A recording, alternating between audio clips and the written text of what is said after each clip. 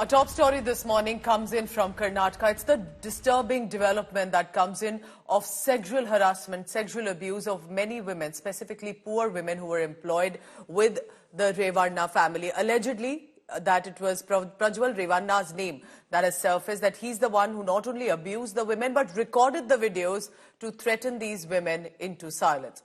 A CID-SIT team intensified the investigation in the Revanna obscene video scandal case. Now remember, he's Deve Gowda's grandson.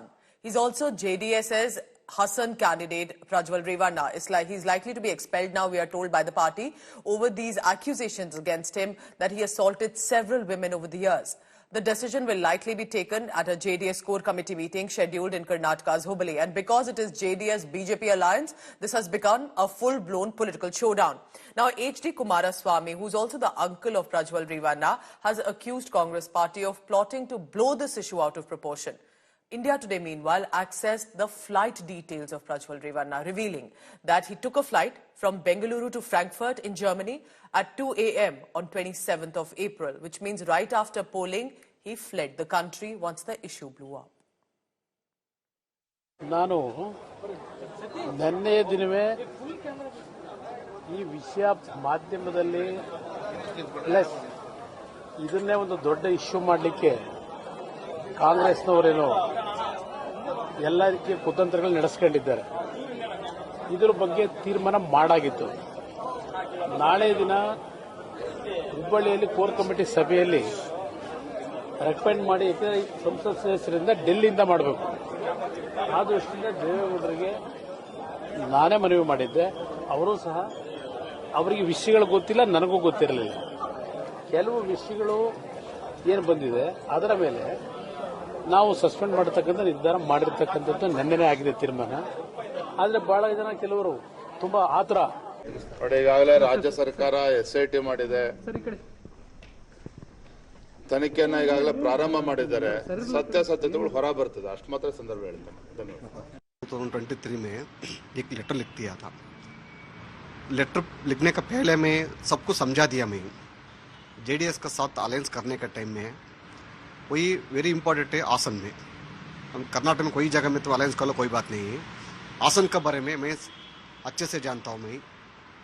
मैं उधर वलयेश्वर रेवण्णा का opposite candidate हूँ.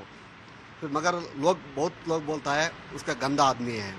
आयोग को अभी हमने फाइल नहीं करी है, लेकिन अभी शाम को करेंगे. उसमें से एक प्रज्वल रेवन्ना की बात है, एक कैंडिडेट, एक MP जो देश छोड़कर भाग गया है, जिसके खिलाफ SIT का गठन हुआ है. हमारी ये मांग है कि उसका कैंडिडेचर निरस्त हो.